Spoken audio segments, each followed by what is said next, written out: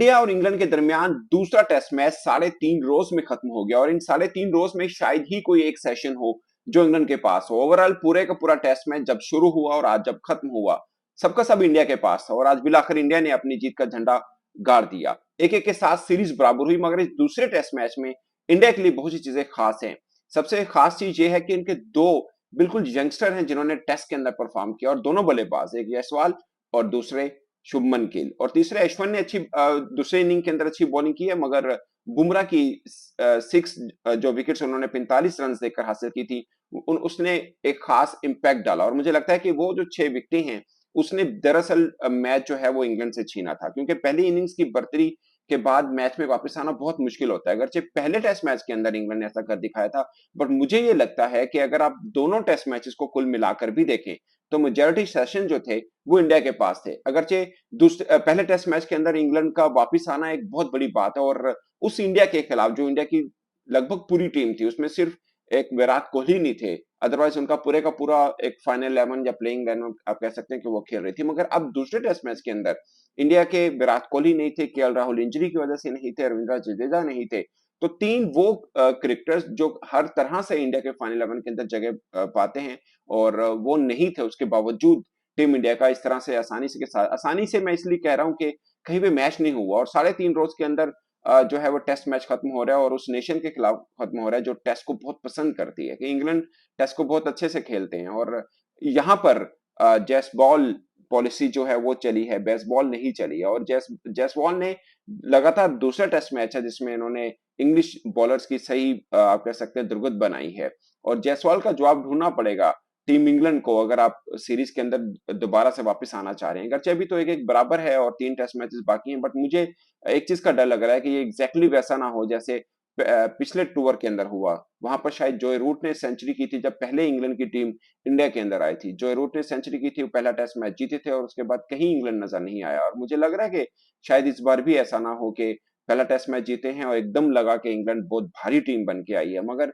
अब दूसरे test match में इंग्लैंड ने वो मान नहीं रखा है। इंग्लैंड कहीं पर नजर नहीं आई, पूरे का पूरा सेशन जो है वो रहा है इंडिया के पास रहा है। बिलाकर इंडिया ने यहाँ पर सीरीज बराबर की है, और मुझे लगता है कि ये एक अब जो रिवाइव किया है इंडिया ने कि वापस आए हैं, एक मान बढ़ा है। और अगर तीसरे टेस्ट मैच के अंदर उनके मेन प्लेयर्स उनको अवेलेबल होते हैं, उनका कॉम्बिनेशन क्या बनता है, it's too early to say anything, but मुझे लगता है कि इस टीम के साथ भी जीतना एक खास बात है। एक मैं छोटा सा रिवाइज करना चाह रहा हूँ कि पहले इनिंग्स के अंदर इंडिया ने 396 रन किए थे, डबल सेंचुरी की थी जायसवाल ने, और इंग्लैंड ने पहली इनिंग के अंदर 253 रन किए थे। लगभग 40-45 रन पूरी टीम ने ज्यादा किए अकेले जायसवाल की इनिंग के सामने। 209 रन किए थे जायसवाल ने, और इंग्लैंड ने अपनी पूरी इनिंग के अंदर 253 रन किए थे। पहली इनिंग की मैं बात कर रहा हूँ।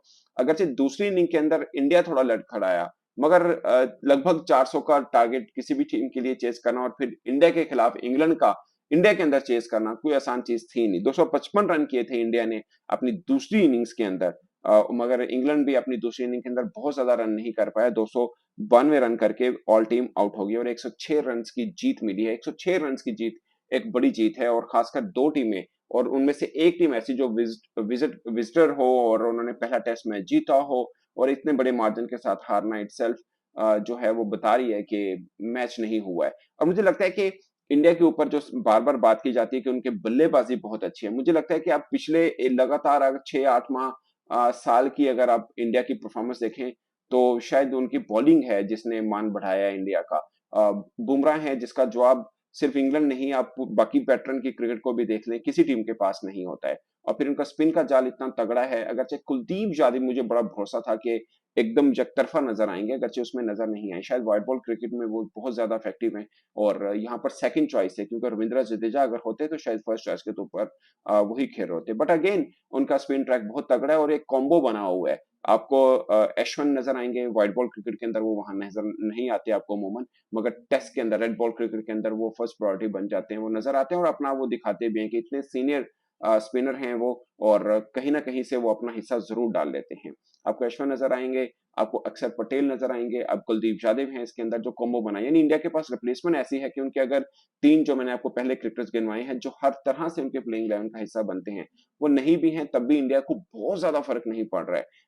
मुझे लगता है कि शायद ये तीन क्रिकेटर्स बहुत इंपॉर्टेंट है, इसमें कोई शक नहीं, मगर शायद बुमराह के गिर्द इनकी पूरे का पूरा बॉलिंग अटैक जो है वो घूमता है। अगरचे वो फास्ट बॉलर हैं और यहाँ पे स्पिन ट्रैक बनाया जाता है, मगर जहां विकेट फंसी होती है रोहित शर्मा उनको लाके यूज करते हैं। तो ये एक बड़ा एक खास चीज है कि बुमराह ने उनकी बॉलिंग को लेके लीड कर रहे हैं, इसमें कोई शक नहीं है, वो चाहे कोई कंडीशन हो। मुझे लगता है कि एक बुमराह है जिससे इंडिया की बॉलिंग जो है वो वर्ल्ड क्लास बॉलिंग नजर आती है। अगरचे बाकी बॉलर्स भी, इसमें कोई शक नहीं है, अगर बुमराह उनके पास नहीं भी होते, वो रेस्ट भी कराते हैं, उनके पास शामी हैं, उनके पास सिराज हैं। मैं ऑप्शंस की बात कर रहा हूँ कि डिफरेंट ऑप्शंस इंडिया के पास तब भी हैं, बट फिर भी मुझे लगता है कि बुमराह है जो पूरे के पूरे एक रश के अंदर एक डिफरेंट बॉलर बनकर नजर आते हैं, और ये वही बॉलर है जिनका पाकिस्तान के अंदर बहुत उनको वेटेज दिया जाता है और माना जाता है। पाकिस्तान वो जहां पर हमेशा फास्ट बॉलर की तारीफ दुनिया भर करते हैं, मगर अब पाकिस्तान भी इंडिया की बॉलिंग की बहुत तारीफ कर रहा होता है, खासकर बुमराह को लेकर बहुत वेटेज दिया जाता है कि बुमराह एक डिफरेंट बॉलर है, और शायद बुमराह ही है जिनके आने से टीम इंडिया की बॉलिंग जो है वो वर्ल्ड क्लास दिखने लग पड़ी है।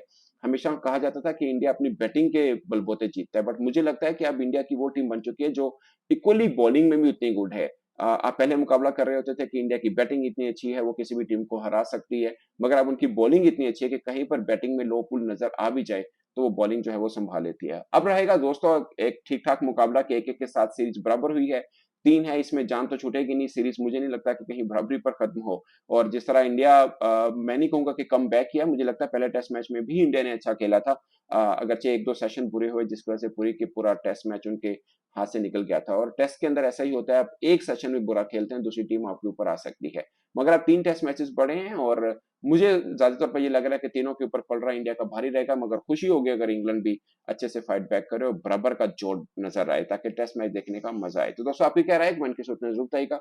मेरे तरफ से अब तक के लिए इतना ही, इजाजत दीजिए, अल्लाह हाफिज।